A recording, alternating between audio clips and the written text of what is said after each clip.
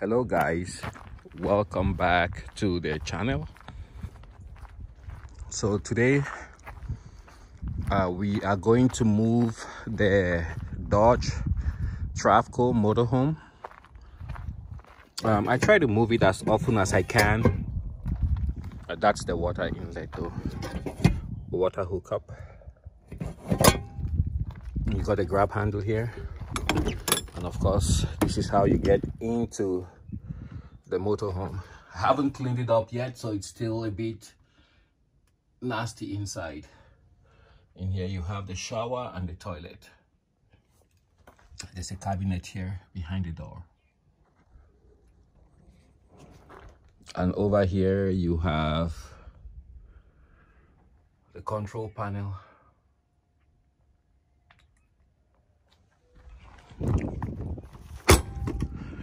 All right, so this is a 1976 Travco L'Esprit. It's built on a Dodge van chassis. It's a 1-ton chassis with a big block 440 V8. It's not fuel injected. It has a carburetor, and it has a fiberglass shell, as you can see. So back in 1976-77, this would retail for about $25,000. I haven't done the conversion to today's money, but I think that would be somewhere close to, or maybe even above $100,000 in today's money. Oh, look at that. I left that open from yesterday. I was going to put some gas. I guess I will do that today.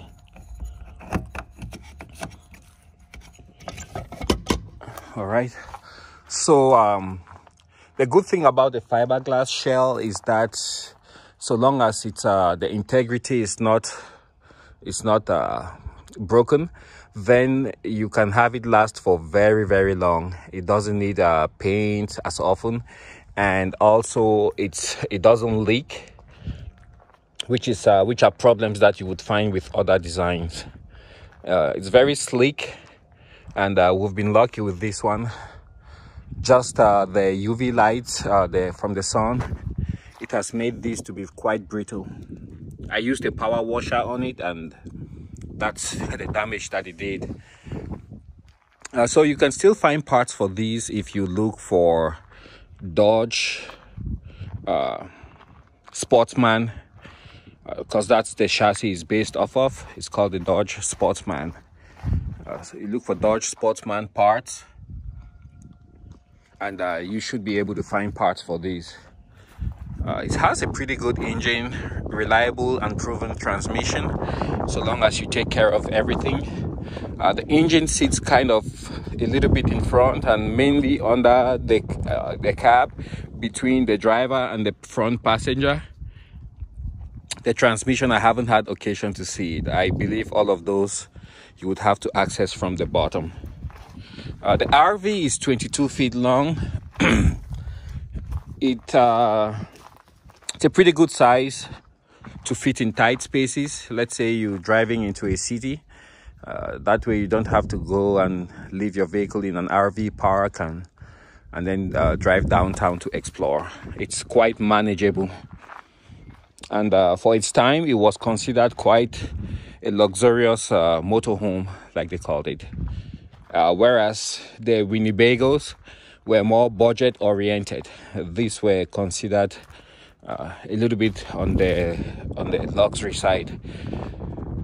They also made a couple of other floor plans, something similar but with an aluminum shell. And then I think some of them were like the Mahal. They had this is a Class C though. They also had Class A's, even though they look smaller by today's standards, but they had some Class A's, and those look quite sleek and futuristic for the time. So what I do is I generally don't like having it sit for too long in one spot, so I'm gonna move it around. I noticed last time I moved it, there was a spot here.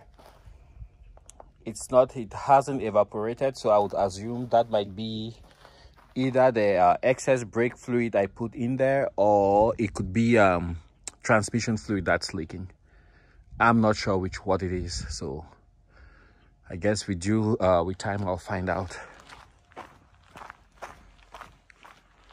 So pretty solid. Back here, it's actually the bathroom, the toilet, sorry. Then the shower is on this side with the vent for the shower. So let's hop in and see if it's going to start. That's the door, still needs cleaning. The little window there, like the VW or the Porsches.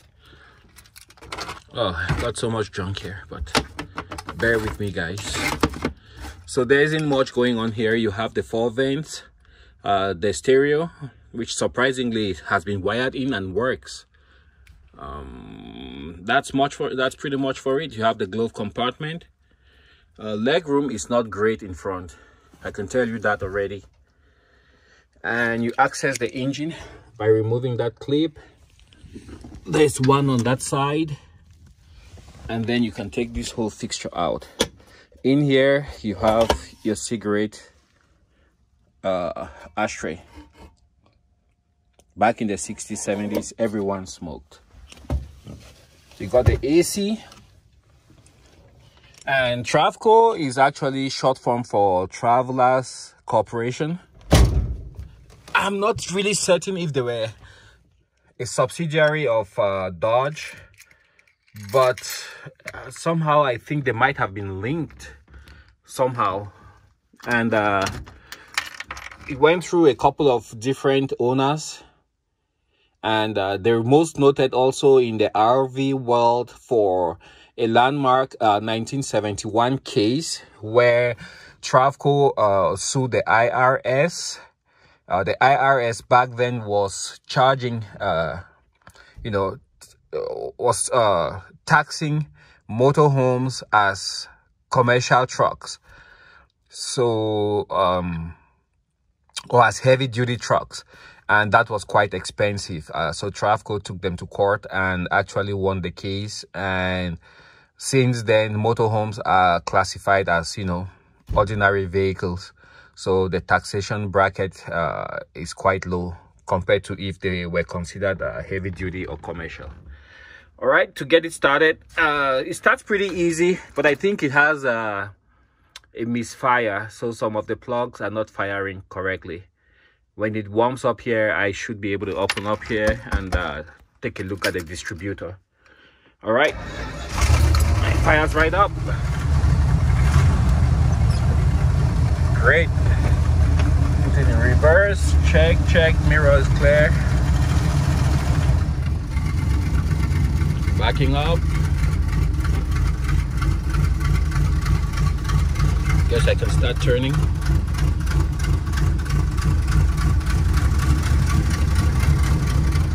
All clear.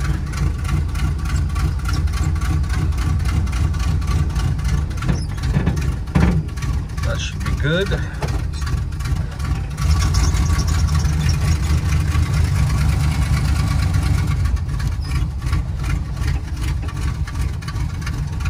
That should be good.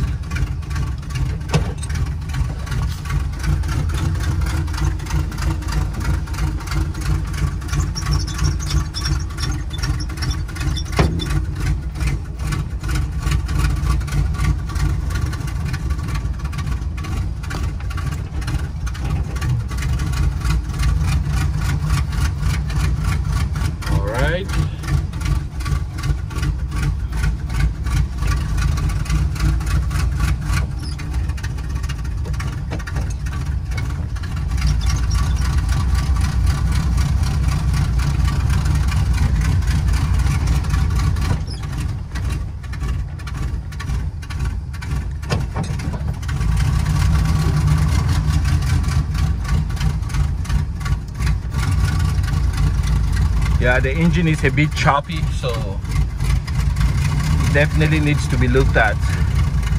It runs, but it just needs, I think, a little tweaking. I'll hop out here so you guys can see what it looks like from outside.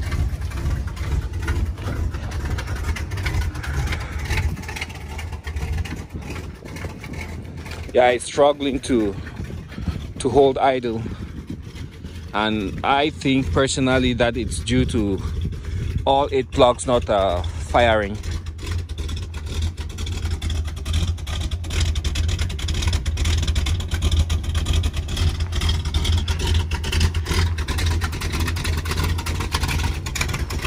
And you can hear the header also. We'll need to get a new header gasket and have it installed. Pretty sleek. Oh, the lights are on inside. I'll have to turn those off. They're putting a drawer on there.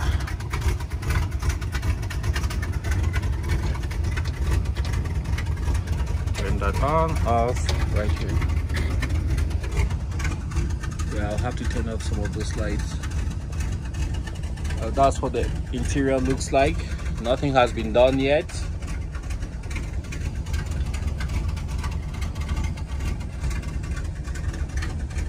Thanks for watching, and I'll see you guys on the next video.